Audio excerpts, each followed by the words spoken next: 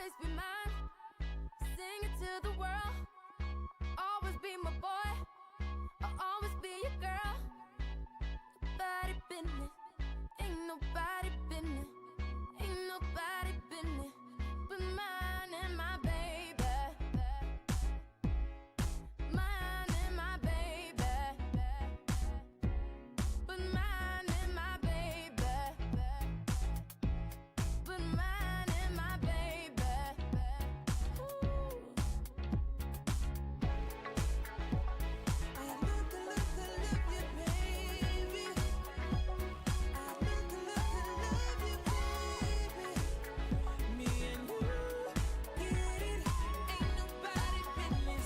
Said it ain't nobody business. Your love is perfection. Please point me in the right direction.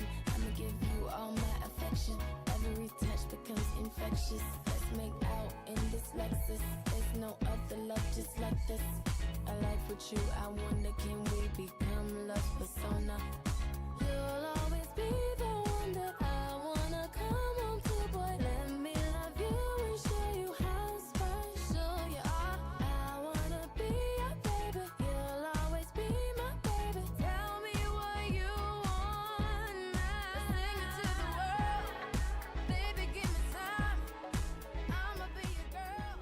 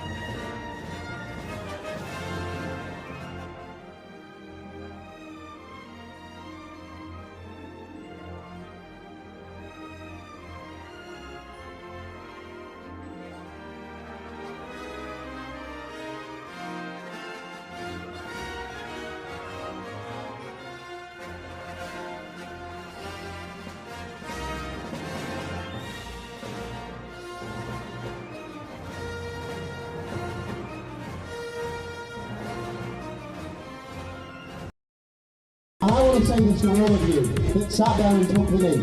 Englishman, get up! It is not time to sit down and take the knee. It is time to stand up against a system that fundamentally hates you. And I will say this to all the elites, to everybody that seeks to replace us. England will live, Britain will live, because the British people live. And we have the heart of Britain inside of us. And as long as the heart of Britain beats, Britain will live!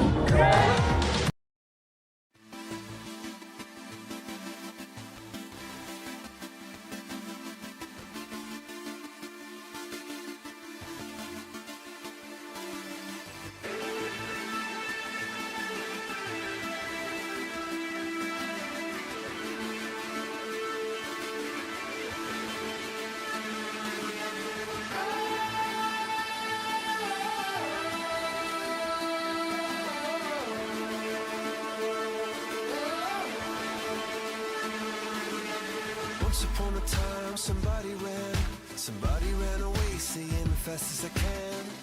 I got to go, I got to go. Once upon a time, we fell apart. You're holding in your hands the two halves of my heart. Oh, oh, oh, oh.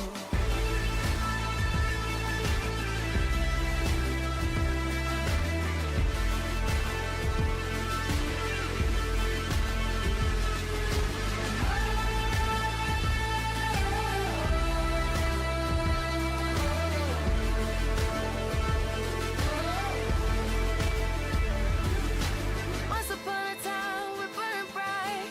All we ever seem to do is fight. On and on. And on and on and on. Once upon a time on the same side. This is the moment you've been waiting for. Don't call it a warning. This is a war. It's a parasite. Got a feeling in your stomach 'cause you know that it's coming for you. Leave your flowers and grieve. Don't forget what I told you. When we forget the infection, will we remember? push us faster than kill you. Nothing else will. Hugh Anthony. No offense to the GOAT, my GOAT, Hugh Anthony.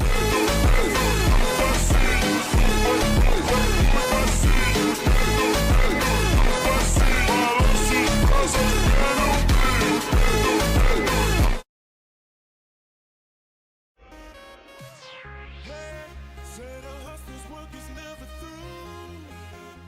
We making it 'cause we making moves. The only thing we know how to do. Said it's the only thing we know how to do. Work hard, play hard, work hard, play hard. We work hard, play hard. Keep partying like it's your job. Work hard, play hard, work hard, play hard. We work hard, play hard. Keep partying like it's your job. Said our hustlers' work is never through. We making it 'cause we making moves. The only thing we know how to do. Said it's the only thing we know how to do. Work hard, play hard, work hard, play hard. We work hard, play hard. Keep partying like it's your job. Work hard, play hard, work hard, play hard. We work hard, play hard. Keep partying like it's your job. Yeah, said our hustlers' work is never through. We making it 'cause we making moves. The only thing we know how to do. Said it's the only thing we know how to do. Work hard, play hard, work hard, play hard. We work hard, play hard. Keep partying like it's your job. Work hard, play hard, work hard, play hard. We work hard, play hard. Keep partying like it's your job. Work hard, play hard, work hard, play hard. We work hard, play hard. I just want to say the weather's getting better. It's nice and warm. You know what? I am sweating like a fat bitch in a chippy right now because it's extremely warm in my box of a room. But you know what keeps me cool? When I'm sweating my ass off, doing a live show with 5 different lights beaming on me, a nice cold mug of blackcurrant juice in a Prioritise Britain mug. Nothing beats a nice cold mug of blackcurrant juice in a Prioritise Britain mug. And if you want your own Prioritise Britain mug, you can go and get one on the website www.prioritisebritain.co.uk. In fact, drinking this will send you straight to Agartha. The Prioritise Britain mugs, they send you straight to Agartha. So grab yourself one of those. I'm just gonna... You come from a land down under, where women glow and men wonder. Can't you hear the thunder? Better run, better take cover. We have had enough. This is our country. You are here as guests. You will be leaving as guests.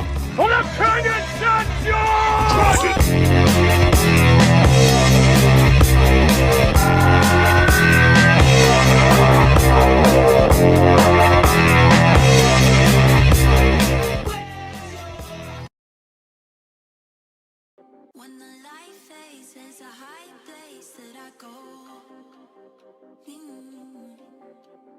In the night state, there's a heaven that I know.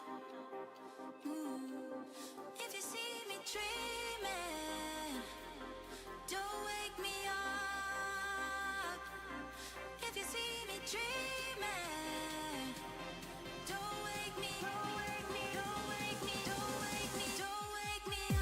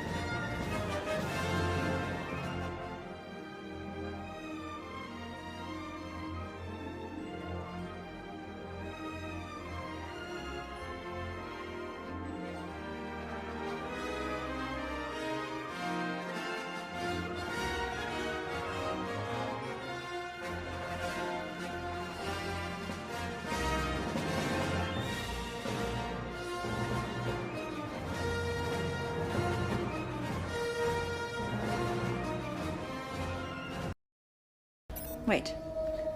Go back one. What do you say?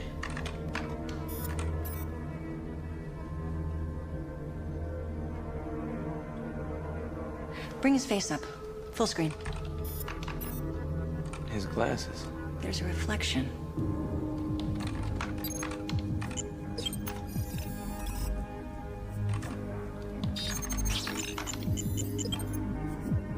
That's the Nuevita's baseball team. That's their logo. And he's talking to whoever's wearing that jacket. We may have a witness. To both shootings.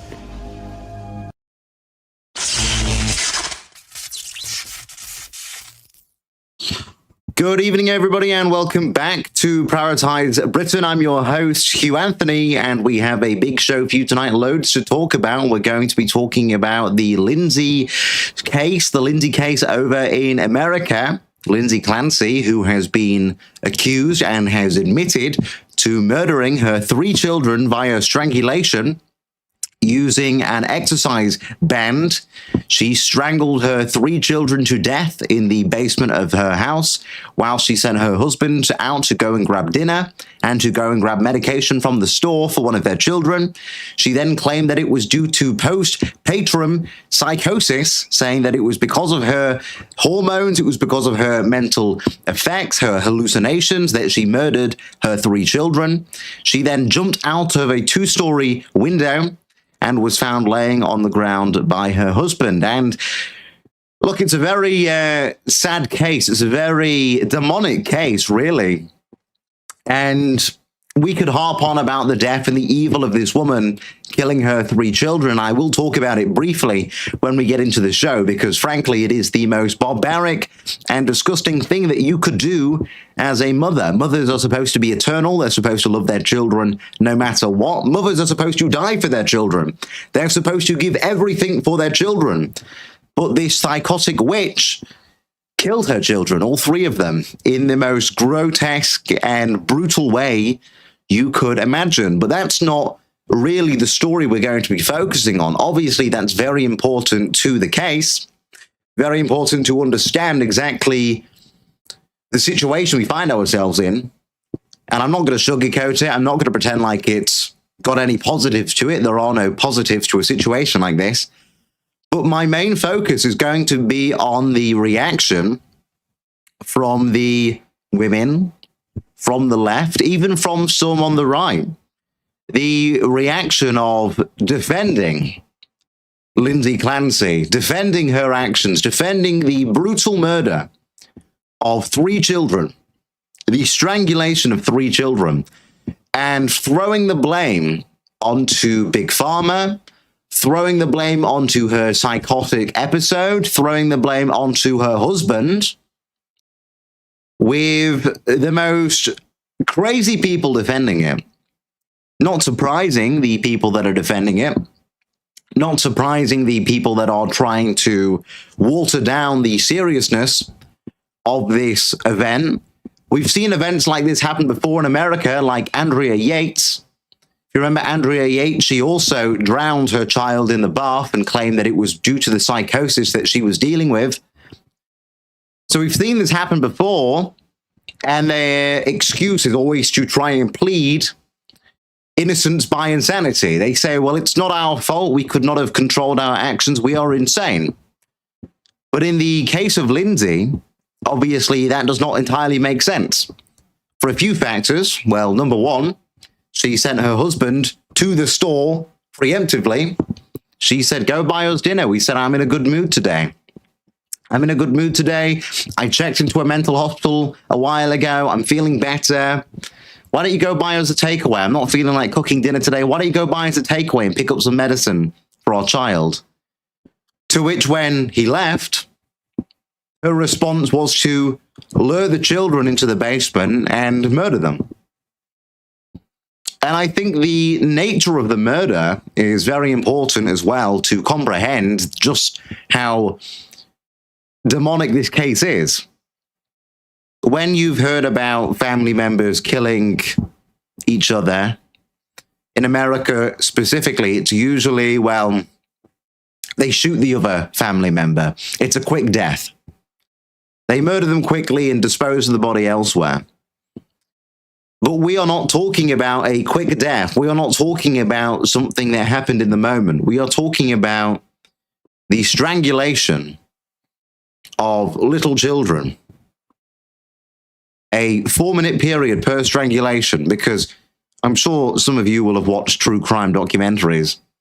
You will understand the length of time that it takes to strangle somebody and the force that it takes to strangle somebody as well. It's not the same as putting a bullet through somebody's head.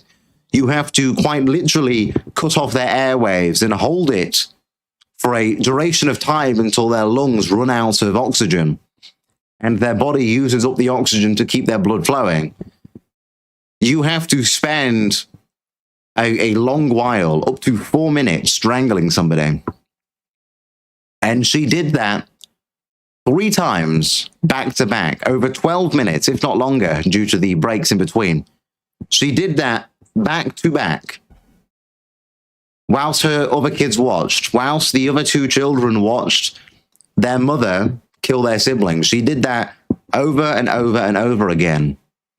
Slowly watching, and this sounds gruesome, but it's so you can comprehend the situation.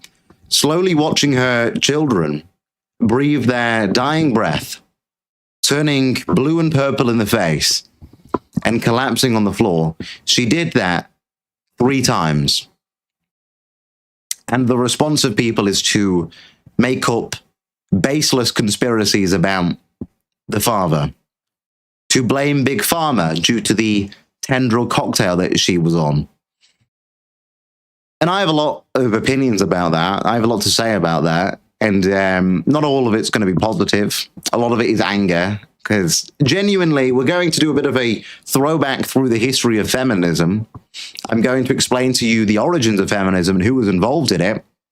We're going back to the 17th, 16th century, with the beginning of it, with the beginning of first wave feminism, which obviously advanced into what we now call radical feminism. We're going to be doing a big throwback to all of that, so you can just quite understand how we got to the position that we find ourselves in modern society, where women, almost cultishly, will go out on the streets and they will be wearing pink outfits on the street, cheering on Lindsay as she's on the way to court, cheering on the murderer of 3 children as she's on the way to court. Many of these women will be grandparents, they will be mothers, they will be sisters, they will be aunties. And they are cheering on a child murderer for no other fact than the woman that murdered her children is a woman. And that's obvious because you can see the response to it. The response to it is, well, blame the man. Blame Big Pharma. Blame the patriarchy. Blame the treatment of women in society. Blame the man. It's always blame the man, blame the man, blame the man. Because women, as a general basis, not every single woman, but women as a general basis, are incapable of taking responsibility for their own actions. So instead, it's, I was on my period. I was dealing with postpartum disorders. I'm stressed out. I have severe anxiety. I have body dysmorphia. I'm dealing with bipolar. They move the goalpost from accepting responsibility onto throwing it onto anything else, any form of other. It's always, well, how can it be my fault? I'm hard done by in society. You're just a misogynist. And frankly, this is the weird thing that I've seen over the last few days with this case being prominent. Bearing in mind this murder took place in 2023, but over the last few days with this case being prominent, is all of these women coming out, and even today I was being called a misogynist. A misogynist for frankly saying this woman is a demonic witch. And I'm not saying bring back the Salem witch trials, although they may save us. I'm not saying bring back the Salem witch trials, but I'm saying she's a demonic witch. She murdered her children in cold blood, and your response is to call me a misogynist? Frankly, I don't care what you say, but it's a good point that you actually do not care about taking responsibility. You actually do not care about protecting children. you care about the domination of women on our society because you have an ego-driven battle against men, because you think men are the spawn of Satan, because you blame the patriarchy for everything.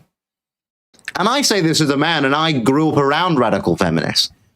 The reason I'm so staunchly against feminism, and I have such a wide eye open to it, and I can sit here and degrade it because I can recognize the history of it, the inventors of it, I can recognize all of the negative effects of it. It's because I witnessed it growing up.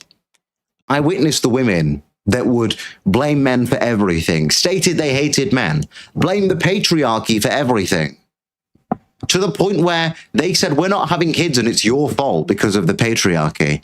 This is the same ideas that were being pushed in the 1960s during the radical feminist era, saying, in fact, women should be banned from having kids because too many women would want to have kids. And it's like the radical feminism has taken place. It has taken the foothold over what women are now in society. Sure, we have traditional women, we have some conservative women. Not every single woman is going to subscribe to this ideology. But the swarm of women that it does, because it is cultish, the swarm of women that it does is dangerous. It's dangerous for the survival of our people. It's dangerous for the survival of our nations. It's dangerous for the family. It's dangerous for modern relations. It's dangerous in our legal system. Because how many people that are going to sit there on the jury of Lindsay Clancy's case are going to sit there and say, well, she's a woman. It was the patriarchy. She's a woman. It's not her fault. It was because she was on her period. She's a woman. It was her hormones. How many are going to fall into this Marxist trap? That's what it is. It's Marxism. It's cultural Marxism. How many are going to fall into this Marxist trap of making excuses for her and making excuses for her behavior, for her ghastly actions, for the simple reason that she's a woman? Men don't get treated like that. Men don't get treated with such comfortability. We don't get treated with such reasonableness. We get slammed for everything. Give him life in jail. Give him the death penalty. If a man does something that people deem as societally wrong, give him the death penalty. There's been multiple cases. I think a woman called Alice Rice, she was shot in her bathroom. Her 3 kids were left on their own. The husband had gone off, well, the boyfriend had gone off and killed her. Everybody was on the right side. It was the man's in the wrong. He's a murderer. He should be brought to justice. A woman does it, and well, you know, it's fine. It was an accident. It's not her fault. She was going through psychosis. People like Candace Owens, the conspiracy nut jobs come out. It was Big Pharma. It was the cocktail she was on. It was the psychosis. It's not her fault. She's not guilty. She admitted to guilt. She admitted to it. But she's not guilty. Because people like that, not only are they complete nut jobs when it comes to conspiracies, they're a woman. They have to defend their fellow woman. It's tribalism. It is sex tribalism. So that's why people like Candace come out and defend it. And I've got to say, I've been reading all of these people online. I've been looking at the TikToks. I've been looking at the debates. Women all over the world defending Lindsay. On the side of Lindsay, saying, I relate to you. I relate to you murdering your children. It is cultish. When you see them all lined up with their pink uniforms, that is a cult. That is a cult. That is them showing that they care more about their cult. Same thing with the pussy hats. Remember the pussy hats they used to have back in 2026? They'd all go out wearing their pussy hats and saying, well, look at us. We're against the patriarchy. We're against the conservative movement. We're against the rise of traditional people. We're against the rise of nationalism. That was a cultish movement. It was a female-dominated cult movement to detest and protest against the rise of masculinity, against the rise of men being men, against conservatism. And you're seeing it again. And it's been bubbling below the surface, especially since like the rise of people like Andrew Tate, Tristan Tate, Clavicula, those people that try and push forward an idea of men being men. You can disagree with their actions in whatever regard, but you can't disagree with the fact that they try and push this idea of extreme masculinity as a counterpoint towards extreme femininity.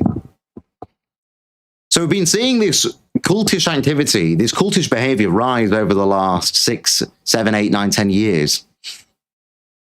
And it's getting to the point now where we're almost in the mix of this fourth wave feminism, where it's gone past the basis, what they originally wanted back in first wave feminism, which was, well, we want equal voting rights. We want equal opportunities to work.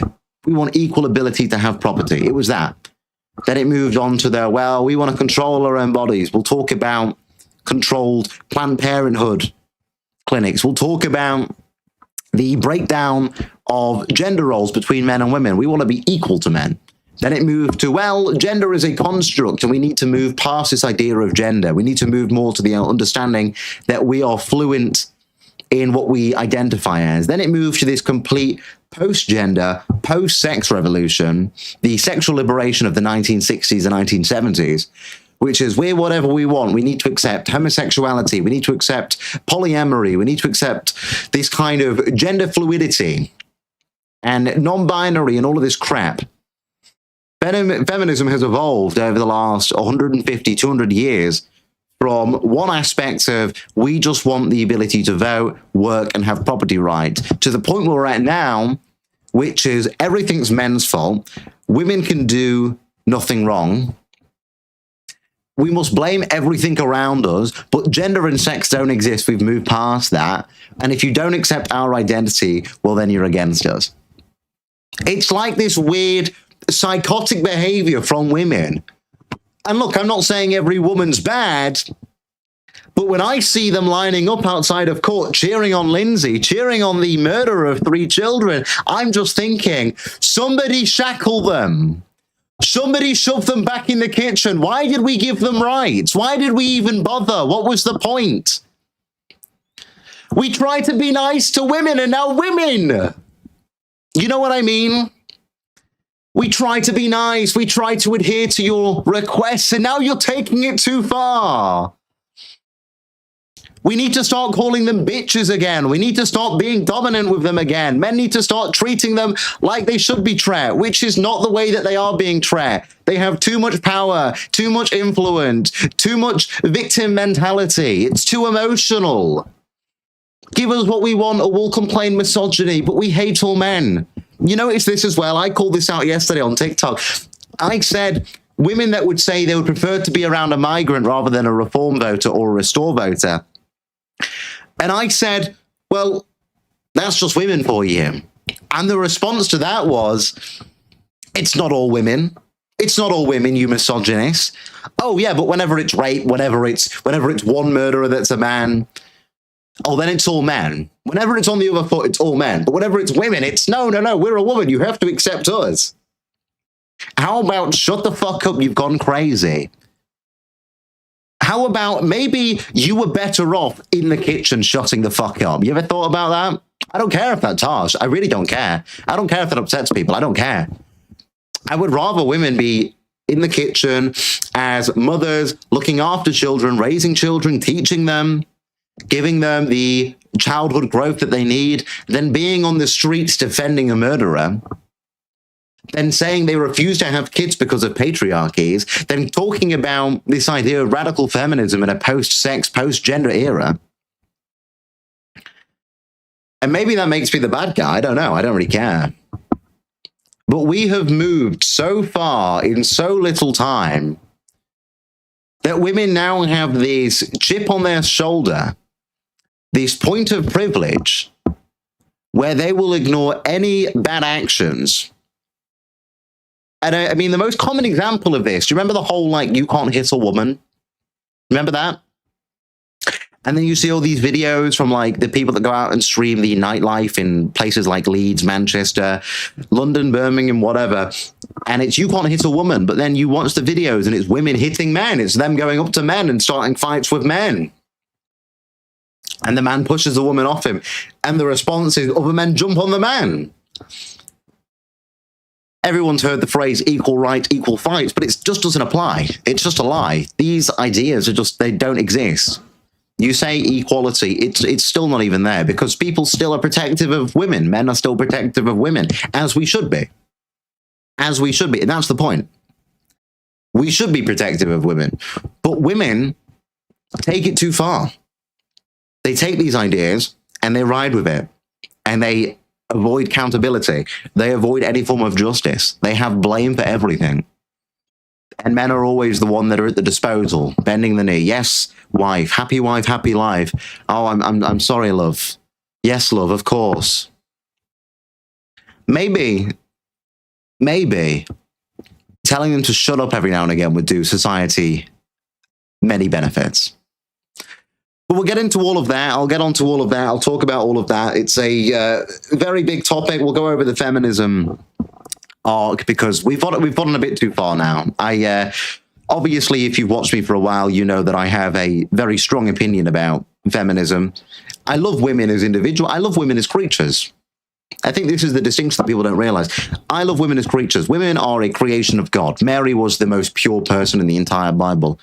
Women are exceptional creatures that should be loved and should be cherished and should be looked after. But the modern idea that we now have of women is making them monsters. Not every woman, but you can see it in the youthful generations. And that needs to be reversed so women can actually go back to being mothers, go back to being caretakers, go back to being teachers, being looked after by men, not having to think their entire worth is their body or their sexual pleasure or their careers. But instead, being a mother, being a wife, being a grandma, being a sister, being a daughter, being looked after, being cherished as the pure creatures that they are, being loved as the pure creatures that they are. Society now doesn't love them for what they are. It expects them to search for more. And the issue of women searching for more is you're searching for something that you're not supposed to achieve. There is supposed to be no equality between men and women. And I think people have lost this understanding. Men on the conservative side, women on the conservative side, even they don't understand this.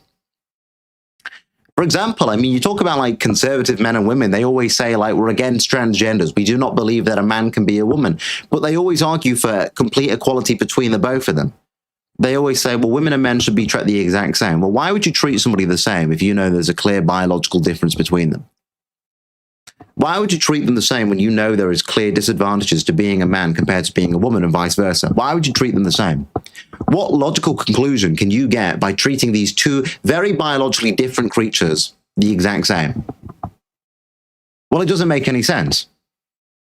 But even those on the conservative side, they still fall into this idea of equality. There is no equality between a man and a woman because we are different creatures.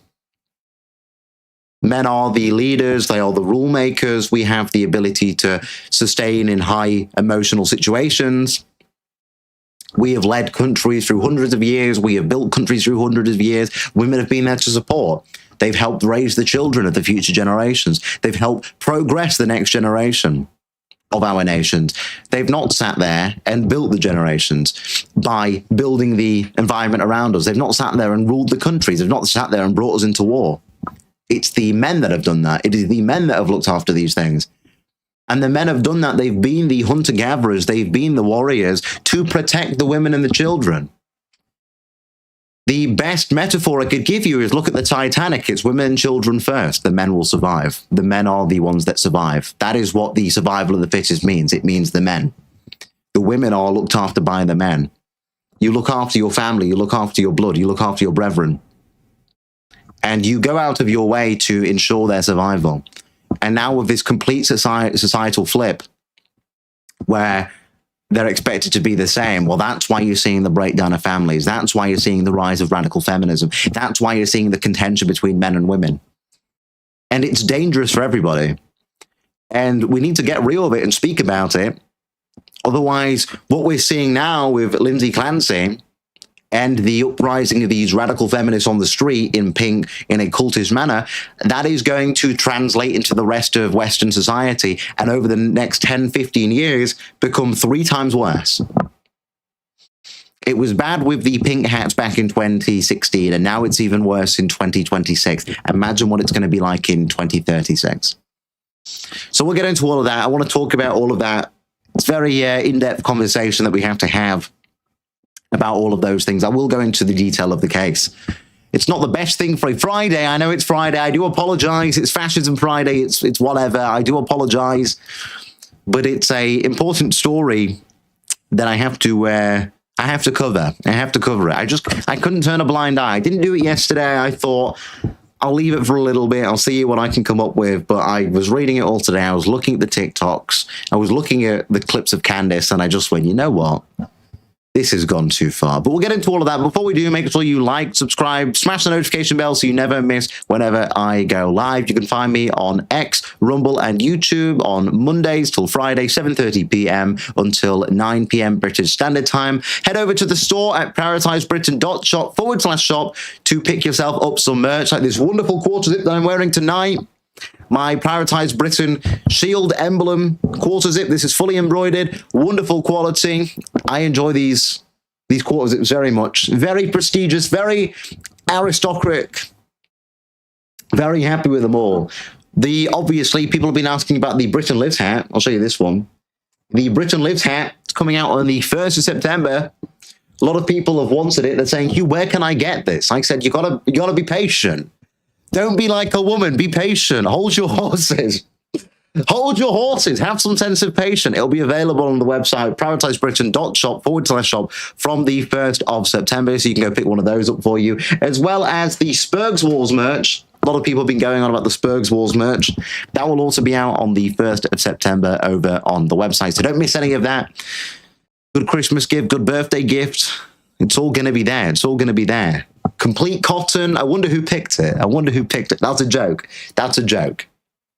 I'm joking. I'm joking. But good quality. I'm very happy with them. I've been wearing mine a lot. I can't take it off. I feel attached to it. You know what I mean? I've got the emotional attachment to my quarter zip. It's like my support dog. It's like my emotional support dog. But anyway, we'll get into the actual news and we'll talk about the case. Lots to talk about regarding it. So a little bit of a backstory for anyone that's not aware of the case happening with Lindsay Clark is back in 2023, she was suffering with mass depression. She had earlier checked herself into a mental institution at the beginning of the year, and she was released because the doctors found there was nothing wrong with her. So they released her. She went back to her family, and she was perfectly fine. And she was having a normal night, perfect day, looking after her 3 kids. And she asked her husband to go to the store and to pick up some medicine for the kid that was ill and to grab a takeaway for dinner. She said, I can't be bothered cooking tonight. Go and grab a takeaway. So the husband, being a good husband, obliged. He went, absolutely, I'll go pick you up. Whatever you want, sweetie. Whatever you want, sweetheart. Went to go and pick up the takeaway. And while he did that, Lindsay took it upon herself to lure her 3 children, young children, into the basement. She then proceeded to grab an exercise band and wrap it around the child's neck on top of them, bearing in mind, just so you understand the pure evil of this case. She then proceeded to get on top of them and wrap the band around their neck and strangle them, suffocate them with the band for 4 minutes at a time each. Now, let's just put this into perspective. You imagine 4 minutes, that's 60 seconds, 4 different times, right? We're talking about 240 seconds of just choking your own child, watching them fight for their own breath whilst you're on top of them. 3 times, 12 minutes. You think about that. You think about how long that is in the proximity of an hour. That is a long time. And she sat directly on top of her kids, strangling them for 4 minutes each, 3 of them. She then proceeded, once the kids were all dead in the basement, she then proceeded to go up to the 2nd story of her house and jump out of the window. And her husband then returned home to find her outside on the floor, to which he asked her, what are you doing? And she responded, I tried to kill myself. According to testimony, she had a cut around her neck and deep cuts on her wrist. He then asks her, "Where are the kids?" To which she responds, "In the basement." He walks into the basement and he finds the kids dead. Obviously, calls the police, says she's killed the fucking kids. Police come, she's taken to a hospital over her injuries, later taken into custody, and now we end up in the court case. We've seen through the evidence that today the defense has laid down their defense and they've left it at that. They are blaming postpartum trauma, saying that it was a psychological event, a psychosis. With the prosecutor saying, well, it was premeditated. She asked her husband to leave. She lured the kids into the basement. She attacked all three of them and then tried to kill herself on top of that. As if we've heard this before, where women try and kill their kids and then kill themselves when they're unhappy because it's almost like they cannot live without them, so they take them with them. This is a common thing around women where they are attached to their children by the hip. So is it the case? No idea. But she has come out and said that she heard voices in her head, a man's voice telling her she would never get this opportunity again. Obviously trying to plead insanity so that she cannot be found guilty and instead shoved into a psychiatric ward for the rest of her life, more than likely. The obvious outcome, if she's sent to jail or not, is that she will never be free again. She will more than likely spend her entire life inside of some form of facility, and she will die there like she deserves to die there. But that's not really the important factor. And I know that sounds harsh, because obviously 3 kids have been murdered. And I can't imagine the pain for the father having to deal with your 3 children taken from you in one day, in the span of a short amount of time, nor the effect that's having on him mentally. But that's not the main story. This sadly happens frequently, where kids are taken away from the parent too early. Somebody goes out of their way to maliciously kill a child. That's not the main takeaway from the story. The main takeaway from the story is the fact that the response to it has been so grotesque and so cultish from the feminist movement, from the left wing, even from some on the right wing, from the women themselves, that it is unignorable, with people literally lining up to celebrate this woman, saying they see themselves in this woman, almost justifying her actions as a woman, saying, well, it's Big Pharma's fault for not looking after us. It's the help that Big Pharma refuses to give to us. And look, you can have genuine conversations about the Big Pharma in America. You can have genuine conversations about the price gauges of medication in America, about the service of the Medicaid facilities. But does that justify the murder of 3 innocent children? No, absolutely not. And why do I blame the cultish mentality? Because I know that people are trying to say Big Pharma. Well, it's the action of women. That's what I'm blaming. When people protest over Big Pharma, do they have to dress in pink? Do they have to say that we see that woman inside of us as a woman? Do they have to say you're standing up for women all over the world? Really? That doesn't seem to me like they're talking about Big Pharma. That doesn't seem to me like they're concerned about the psychosis. That seems to me like they're concerned about the punishment of a woman. That seems to me like they're putting their sexual identity as a female to the forefront of every single one of these aspects. And really, to understand how we got to this situation in regards to feminism, I have to roll you back through the years to comprehend feminism. And feminism originally was a social protest against women not being able to vote, being able to work, or being able to hold property rights. Then, of course, that advanced into women not being able to have the same equalities as men. Then it advanced even further into joining up with the homosexual causes of talking about, well, women deserve sexual liberty and liberty of the soul and to move away from the nuclear family. And then we ended up with the late 1970s idea of feminism, which is evolving into the modern idea of feminism, which is the post-sexual, post-gender version of feminism, which is really where we find ourselves now. And I think a lot of people don't fully understand what feminism is, nor how we got to modern feminism, nor who was behind modern feminism. And they always go on about the suffragists and the suffragettes, but I don't even think people know what the difference between suffragists and suffragettes are. The suffragists were the peaceful movement. They were the ones going out with placards. They were the ones trying to demand women's rights. They were the ones that were turning up to peaceful protests. What people don't know is the feminist movement involved terrorism. The suffragettes, well, they were the terrorists. They were a militant force. They were bombing places. They were attacking facilities. They were not a peaceful protest. In fact, even here over in the British Isles, the IRA took inspiration from the suffragettes.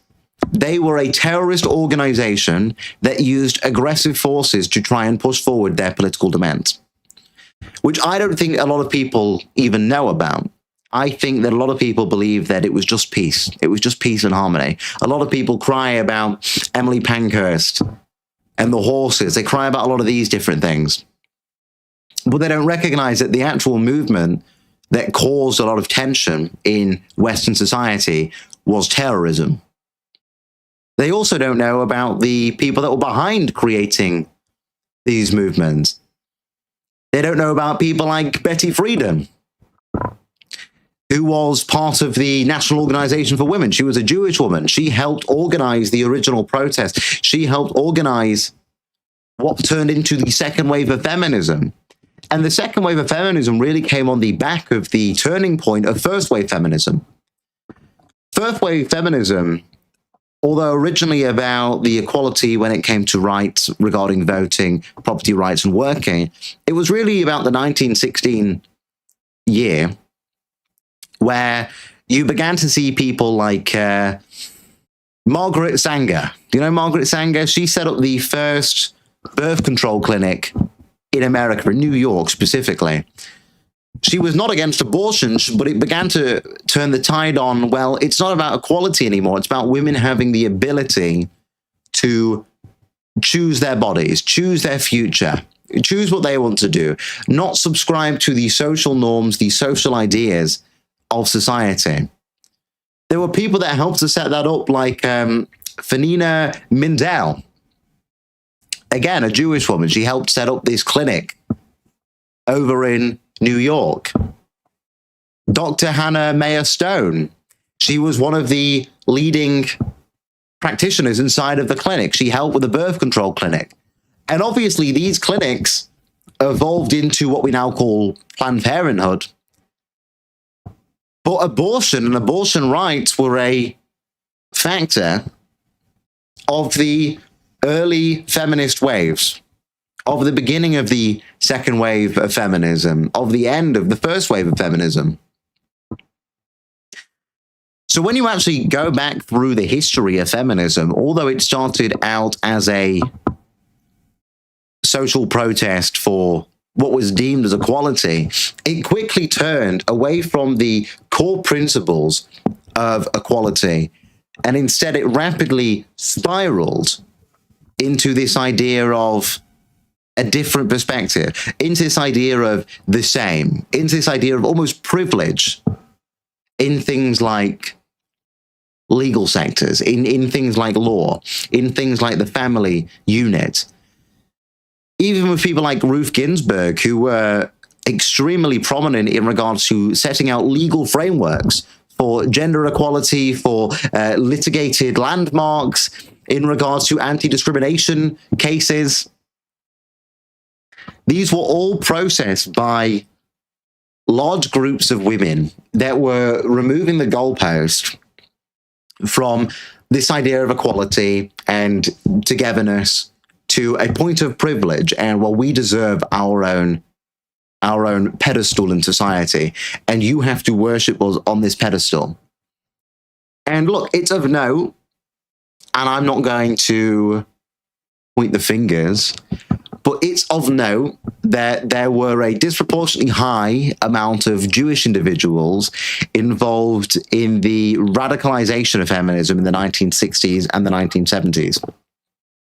An extremely high proportion of Jewish representation inside of it. And we can go on about the social reasons behind that, about equality, of course, helps Jews mask into societies. Of course, it helped Jews mask into Western societies post-persecution of the Second World War. We can go on about that, but I just think it's very interesting that a religious practice that likes to practice the idea of genderless borders, about 6 different genders, and we are spiritual in regards to our gender and our sex, helped manufacture and amplify this Marxist revolution, this cultural Marxist revolution into Western civilization.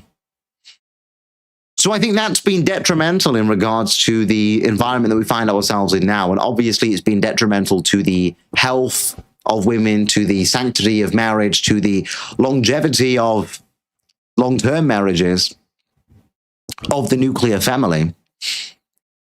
And the offshoots of that is what we're now seeing spark around Western society with all of these protests, with people like LINDSAY having mass amounts of support from women, like the 2016 Pussy Hats, like all of these big feminist movements, like even the LGBT community, where they now talk about it being transgenderism. And really, as well, just to make note, transgenderism was, again, an offshoot. It was an offshoot of the feminist movement. A lot of these clinics were backed by pro-feminist activists. Did you know the first woman that ever went through any form of gender reproduction surgery? It was a young man who had a botched circumcision. This is pretty grotesque, but it's important to know history. He had a botched circumcision, and he was taken by his parents to a doctor, and the doctor responded, well, you know what, we'll make it a vagina, and then bring him up as a woman. And in his teenage years, his parents were trying to bring him up as a woman with his fake vagina. And the kid said, I'm not a woman, I'm a man, and ultimately ended up committing suicide. And that was on the back foot of feminism. That was an off-branch of feminism. So feminism is really responsible for multiple of these Marxist social advancements that we've seen in society, for the advancements of the LGBT community, for the advancements of transgenderism, for the advancements of this idea of matriarchies. It's been a disaster for the security of our nations and our women. I've spoke yesterday about the sexual revolution of women back in the 1970s. That, again, was an offshoot of feminism. This idea that women have the ability to go out there and be promiscuous, liberate themselves sexually, do whatever they want sexually. There were many activist voices that spoke up in this time, predominantly Jewish, spoke up saying that women should be promiscuous, should go out there and experiment sexually, should go out there and liberate themselves sexually. Of course, that led to the increase in abortion rate, which again was an offshoot of feminism, increase of marriages failing, with women going out there and cheating, increase of degeneracy and prostitution and porn.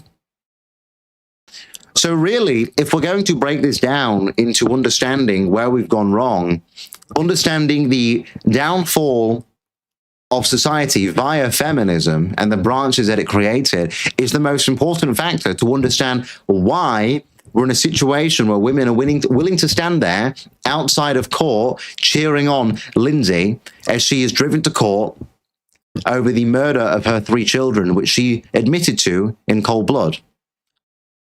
And what is the most extreme thing we're seeing from this? Well, obviously, we are seeing women come out there and defend LINDSAY and instead redirect the blame onto her husband. They're pulling up all of these crazy conclusions.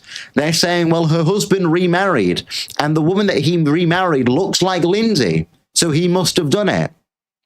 They're saying that he drugged her. She was unconscious. That's why she went through a psychosis, because she had no idea. And while she was unconscious, he murdered them, even though CCTV backs up the alibi, showing him at the store picking up the medication, showing him picking up the takeaway. But these idiots, in their privilege of being a woman and their seeking for eternal victimhood, are taking it upon themselves to try and blame this thing on the husband, who is completely innocent, whose wife has already admitted to doing the murders, to committing the crime. And I really feel like we're in a dangerous situation at the moment. And I feel like with the voices of people like Candace Owens promoting these nutjob conspiracies, and obviously she speaks for women. A lot of women turn to Candace. They like Candace. She has this effeminate energy. She's a strong woman. She's a strong conservative woman. She talks about conservatism. She writes a book saying, make him a sandwich. She tries to come across like this traditional figure, but she's not. She's a feminist trying to apply her logic to women and giving them the confidence to drive on these nutjob conspiracies. Drive on the nutjob conspiracies about it was just Big Pharma's fault, so we must ignore all form of responsibility. Driving the conspiracy like Tyler Robinson didn't kill Charlie Kirk. And she's empowering them to feel this way. She's empowering them to subscribe to these ridiculous conspiracy theories. And it's almost like now, because of people like Candace Owens, everybody's a conspiracy theorist. Back in the day, the conspiracies were like O.J. Simpson not being able to fit his hand in a glove. They were like, is Michael Jackson still alive? Are aliens real? It was that. And now everything's a conspiracy theory. Lindsay didn't murder her 3 children, even though she admitted to it, and the alibi for her husband is completely justifiable and provable. It was her husband instead. It was Big Pharma. It was the cocktail of drugs that she was on. Israel killed Charlie Kirk, even though we have no proof for it, and we can't prove it in the slightest, but we're just going off the fact of we don't believe that it looks like Tyler Robinson and CCTV. They're going with all of these weird conspiracy theories that now everything must be justified through a conspiratorial mind. It cannot just be its logical basis. It cannot just be the most simplistic, evidence-based analysis that we give you. They say you can't trust the government, you can't trust Big Pharma, you can't trust the CCTV, you can't trust the story that they give you. Even if every piece of evidence links straight back to that story, they still deny it. These are the same people that 5 years ago were saying we must believe every woman no matter what. Do you remember the Me Too movement, where they were going around accusing all of these men of these trumped-up rape charges and trumped-up sexual assault charges? They would look back about 5 years ago and be like, well, I hooked up with this one guy that one night, and I actually didn't like it, so now he raped me. And they were like, believe all women, believe all women. And now we're saying, well, that doesn't even make sense, and they're still doing it. They're like, well, you're a sexist, you're a misogynist, you don't care about women's rights, you don't actually want to protect women, do you? The same people that say it's all men throw a hissy fit when you say, well, why are women acting like this? Why are you all acting like this? Why are you all being so cultish? Why are you going out there and protesting on the street, trying to blame anyone but the woman that did it? You people are mothers. You are daughters. You are grandmothers. You are sisters. You are aunts. I've seen women with their kids defending Lindsay. I've seen women go out there and say, I'm a mother and I understand what she went through. I see myself in her. You are fucking nuts. You are psychotic. And it's the fault of society for entertaining that. It's the fault of men for entertaining that. For bowing down and accepting this idiocy of pretending like this is normal. How is this normal in the slightest? How is pretending like you going out there and saying that you have this, almost this lust for violence and this lust for murder is normal? And I've noticed this weird trend with women where they have this lust for murder almost. It's women that are trying to push forward landmark cases to allow for abortion up until birth, up until the 3rd trimester. Up until 9 months pregnancy, saying, well, we should be allowed abortion. It's our body, our choice. Even if their child has a heartbeat, can feel pain, is developed, they're saying, well, no, we must be able to kill them. It is our right. They push everything as a right. It's our right to kill our own child. Lindsay kills her 3 kids. Well, it was not her fault. It was her hormones. It was the drugs that she was on. It's like women have this weird lust and admiration for murder. It's like they find pleasure out of killing their own children. And why? That's not normal. That's not natural. That's not where we were 100 years ago, 200 years ago, even 50 years ago, really. There was no deep admiration for murdering your own child. There was no deep lust for murdering your own child. It was deeply, deeply looked down upon. And now we have women that make a living out of abortion clinics and promoting abortion. You see all of these demonic people that stand there at these protests with almost like red eyes glaring at the idea of murdering their own child. And they sit there almost lusting over this idea of having an abortion. How many videos have you seen of these women almost cackling over the idea that they have had an abortion and that they're going to have many more, bragging about it? All of these celebrities that come out and brag about having abortions, saying I did have an abortion, and what? People like Angela Rayner saying, yeah, I was pregnant at 16 and I had an abortion, so what? They're inspiring this new generation of women to almost follow in their footsteps of being these bloodthirsty demons and thinking that the murder of your own children is societally acceptable. And people like Candace Owens come there and they back them up. They say it's fine. They say, yeah, we agree. It's not their fault. Here's another conspiracy theory. Go for it. It's all men. And it's dangerous. And these ideas being pushed forward through every single aspect of our society, through the media, through the education system, through our legal system, through the courts, through social media. They've been pushed forward to empower women to accept that they can be demonic and they can get away with it and they can blame men for everything. And really, that's the takeaway of this case regarding Lindsay. It's not necessarily about the murder, although disgusting. And look, if my wife ever turned around and even dared mention the idea that she wants to kill the kid, I would fucking restraining order, stay the hell away from me, you psycho bitch. Even the slight second she implied that she would want to harm my kids, stay the fuck away from me, you psycho bitch. But these people are being employed, and that's really the takeaway from the case. The hundreds of thousands, probably the millions of women that are supporting this woman, they are mental, and they're everywhere. They are everywhere. They are in every aspect of society. They're in every single country. They're all over social media. They're in every comment section. They're on every single forum. They are everywhere. And that just shows you how deep the brainwashing has gone. That shows you how deep the pure evil has gone.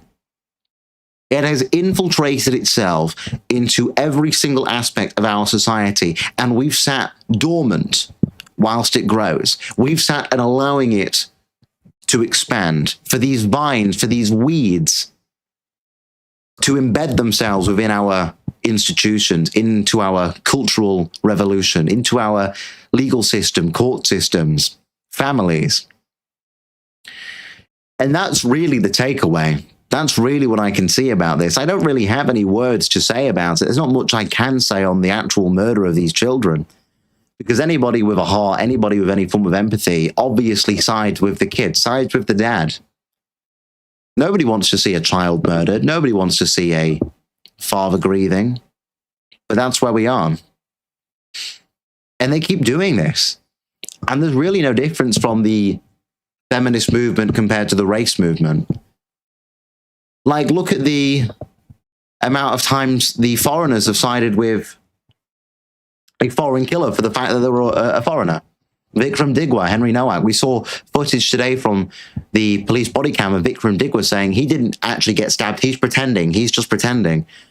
When we know that's not true. He actually did stab him. But obviously people sided with Vikram Digwa because he was foreign and sided against Henry Nowak because he was white. Obviously people are siding with Lindsay because she's a woman and siding against her husband because he's a man. This shift of victimhood has gone too far. And they mask it behind these words, these Words that, again, were created by foreign individuals, like racism. Racist was created by a Jew back in the 1920s. Like these words saying, well, you're racist if you want to hold Vikram Digwa to account because it's a racist system. Well, you're a misogynist if you want to hold Lindsay to an account because it's a patriarchy, it's a sexist system. You can't accuse me of doing this. You can't dare hold us to any form of justice because you're a misogynist, you're a sexist, you're a racist. You're a bigot, you're a Nazi, you're a fascist, you're a homophobe, whatever they want to call it. But by allowing them to move into this modern era of victimhood, of these labels, it's giving them the privilege and the empowerment, because everything they call a right, and this is the biggest red pill you can take away, everything they call a right is not a right. Abortion rights, women's rights, gay rights, transgender rights. They say transgender right to human rights. They go on about black right. None of these are rights. Do you explain to you why they're not right? They say abortion's a human right. Well, abortion's not a natural process. Abortion is a medical procedure. How can a medical procedure be a human right? How do you have the right to somebody else's work? How do you have the right to somebody else's labor? Well, you don't.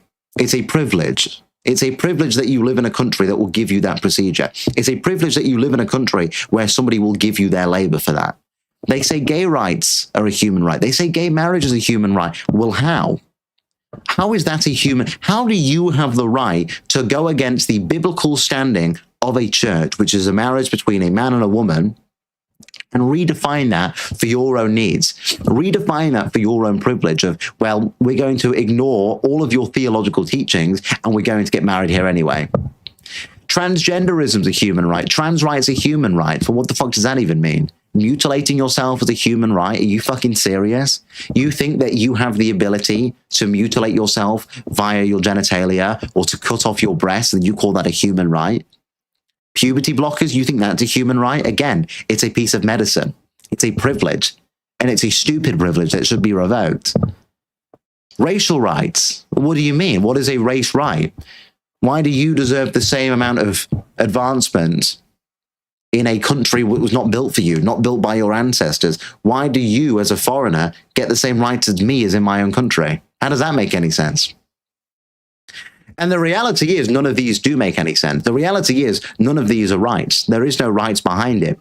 But the issue that we found ourselves in modern day society is we have liberated people too much and too deeply, and we've allowed for all of these Jewish inventions, and I'll say it upright, I don't care. These are Jewish inventions. We've allowed for all of these Jewish inventions like feminism, like Marxism, like transgenderism to be pushed forward and to be embedded and ingrained within every single aspect and institution of our society, that to now dare speak out against it is seen as a bad thing to do. You are now seen as the enemy to dare try and contradict these satanic rituals, which was basically what they are, these satanic rituals from taking place in our society. And that is exactly what has led to somebody like Lindsay being promoted and almost martyred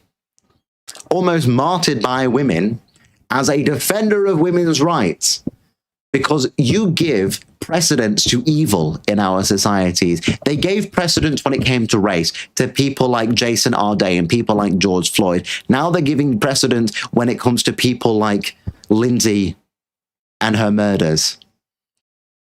But they would never extend this kind of argument, these kind of excuses for anybody that did not fit their category. Do you ever think they would sit there, and I'm not justifying this, by the way, I'm making a very stern point just before anybody clips me out of context.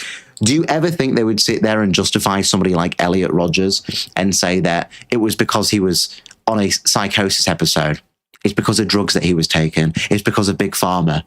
It's not his fault. It's because of society structure. Do you think they would do that? Or do you think they would blame the individual? They'd blame the radicalization. They blame the radicalization of any young white man every single time. It's always because he was radical. He's too radicalized. I get called radical all the time. Hugh has his opinion, so he's radical. He's radicalized because of his opinions. But when a woman literally acts to murder her children, it was because of her psychosis. It's because of Big Pharma. It was the man's fault. When a black guy goes out and plagiarizes, gets caught, DEI, it's the white person's fault for the racist frenzy against him. It's the media's fault for holding him to account. When a black man stabs a white boy in America, Austin Metcalf, when he stabs him, oh, well, it's not his fault. He's not guilty. It was the white boy starting on him. This victim mentality and this pedestal of privilege has gone so far in the other direction in such a small amount of time that our society is in a mass amount of danger from a serious cultural revolution taking place where you have young men that are sick to death, young white men specifically, that are sick to death of being belittled, degraded, pushed to the side and blamed for everything against the foreigners, the women, the gays, the trannies, whatever, against all of that. You are beginning to see the fracture, which is why people like Andrew Tate rise, which is why people like Clavicular rise, because you're beginning to see the fracture between the both of them, where young white men are sick to death of being blamed for everything, and we have to sit there and watch women and foreigners get away with murder, literal murder. But if we have the wrong opinion, our entire life is over. And that's really the takeaway from this situation. That's really the takeaway from this case. It is the societal disenhancement of young white men compared to every other group who now sit with points of privilege, whilst we get belittled and told that we have white privilege and that we have male privilege and all of that. We have now had enough of being belittled. And if we're going to have to sit in and watch these psychopaths celebrate the murder, the brutal murder and strangulation of 3 young children, and watch all of these nutjob conspiracy theorists try and blame anything else, you wonder why young men are just sick of it. Really? But that's my takeaway on the case. It's a disgusting thing, really. It really is. I have no words for it, okay? I have no words for it. I can't even lie to you and pretend like I do have a word for it, because I just don't. It is the most diabolical, disgusting thing I've ever had to even watch. And it's really pissed me off. And I don't do the whole, like, I hate women LARP. I'm not an incel in that regard. I might not have sex, but I'm not an incel in the regard to I hate women. But I don't hate women. But when I see that kind of thing, it's really difficult to be like, I love women. You know what I mean? Anyway, I'll get onto the chat.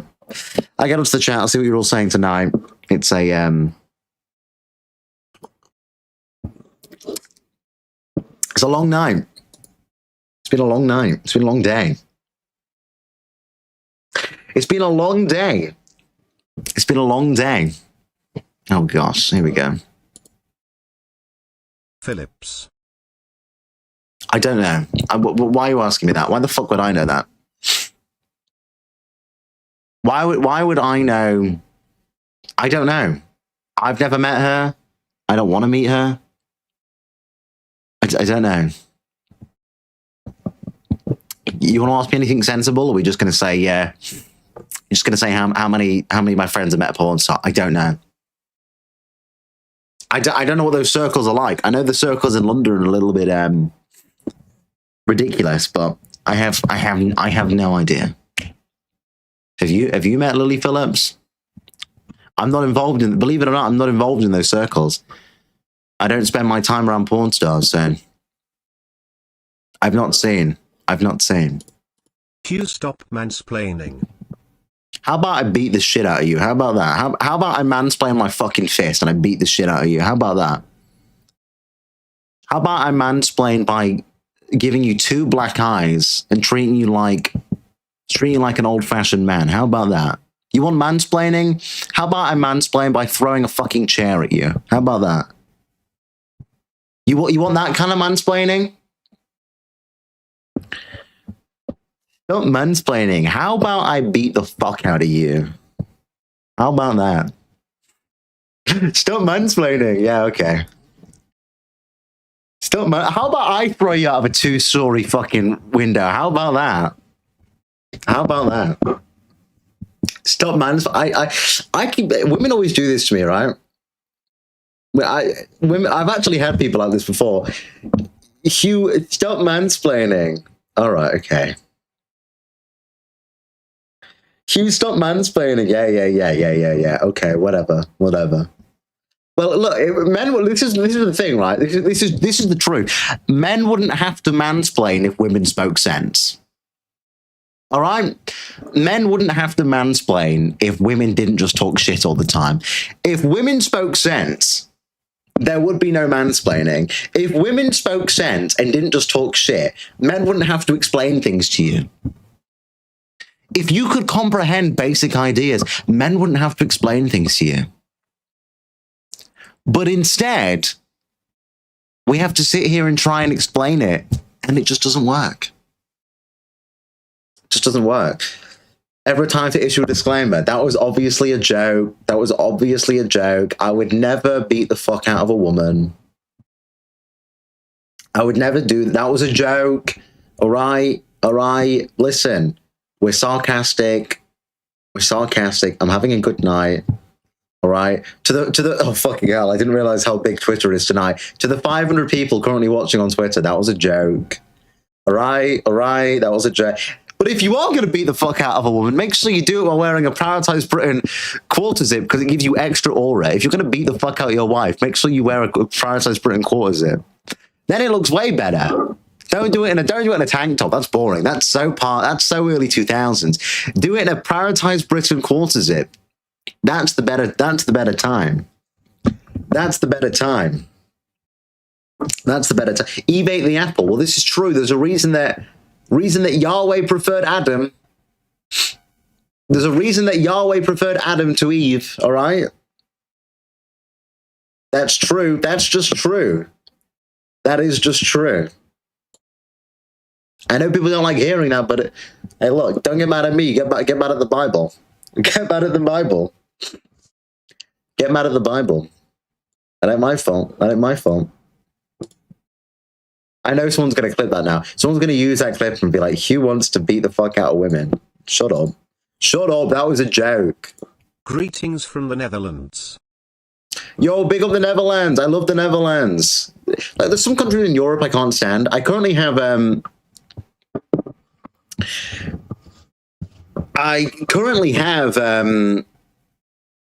the Albanian mafia after me. If you watched the show last week, I was asked about the Serbs versus the Albanians, and I backed the Serbs. Obviously, I have a deep hatred for Dua Lipa, as many of you know, because you like to bully me about that.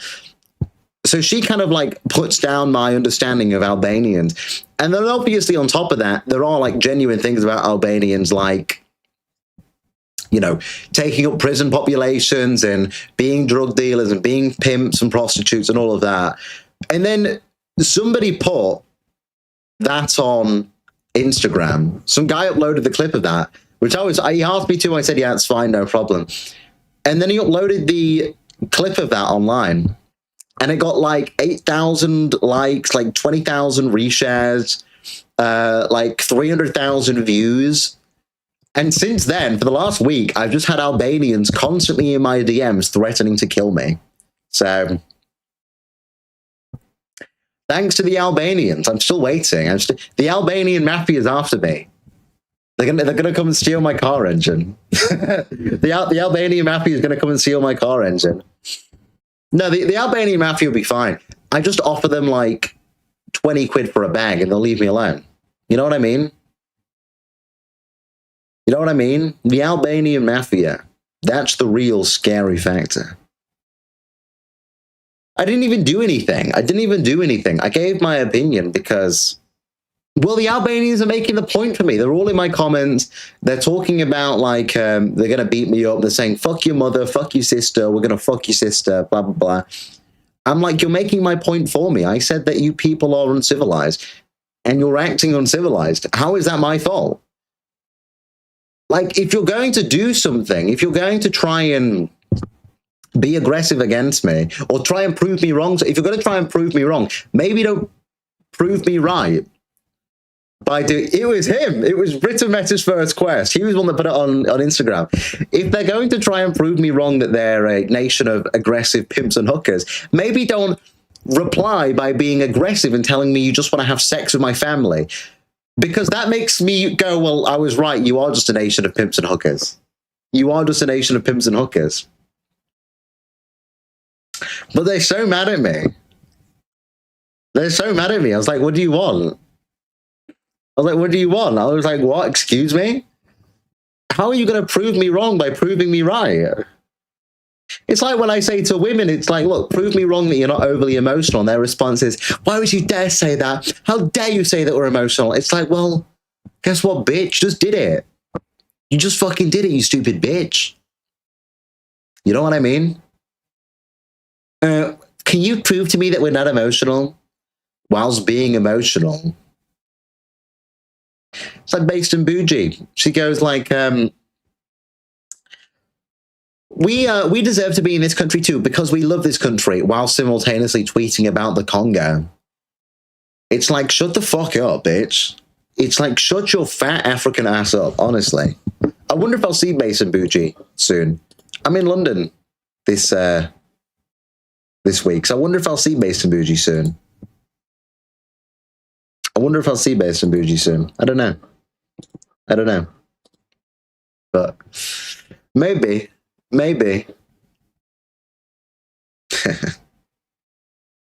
Oh, these people. Oh, these people.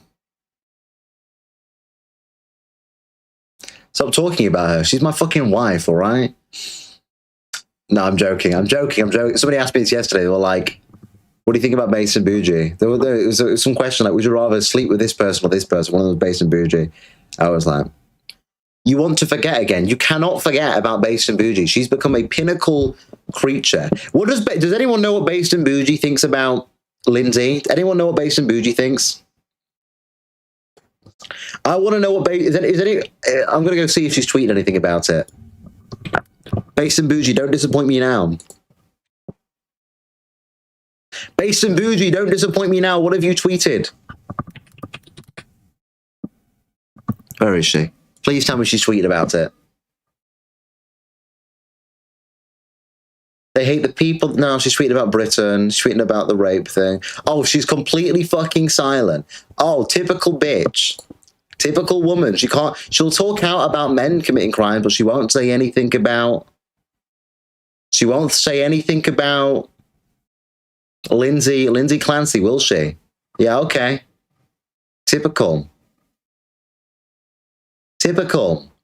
How does this always happen? Look, I speak about everything. I say that, you know, men that commit these crimes need to be put to the death penalty. I say the same for women. I don't make exceptions. You want equality? There's your equality. They talk about men and women need equality. There's your equality. You both deserve to be put to the death penalty. So, where's the condemnation of Lindsay, Based and Bougie? Where's the condemnation to Junga? Typical. Typical. Anyway, I'm going to leave it there. It's Friday. I've got things to do this weekend. I'm off to the pub. I'm not even going to lie to you guys. I'm off to the pub. So, there you go. I'll be back Monday. 4 streams this week. I'll say 4 streams this week. 4 streams this week. The Rumble is growing, actually. The Rumble's growing heavily. We're being shadow banned on YouTube again. I have another fucking strike. I always get fucking strike. Another warning, another strike. Hugh said a slur. Hugh made an offensive joke. Another whatever. But yeah, make sure you get on the Rumble. The Rumble's growing, right? The Rumble's growing. So when I inevitably get banned on this fucking app, then it looks like we'll be moving there. Looks like we'll be moving there. But the Twitter's doing well. The Rumble's doing well. YouTube's being shadow banned. That's whatever. That was expected. How dare I talk about Jews? How dare I talk about Jews? It's like I say, guys, we're going to be talking about feminism today. Spoiler alert. It involves the Jews. Like, I can't help it. Anyway, I'll be back Monday. I don't know what we'll talk about Monday. We'll see what's happening. I got a few things to do this weekend. I'm only live Monday to Thursday next week, though, so you have to be prepared for the 4-day streak next week as well. I'm on the way down to London Friday. Busy week in London Friday. But yeah, I'll be back Monday.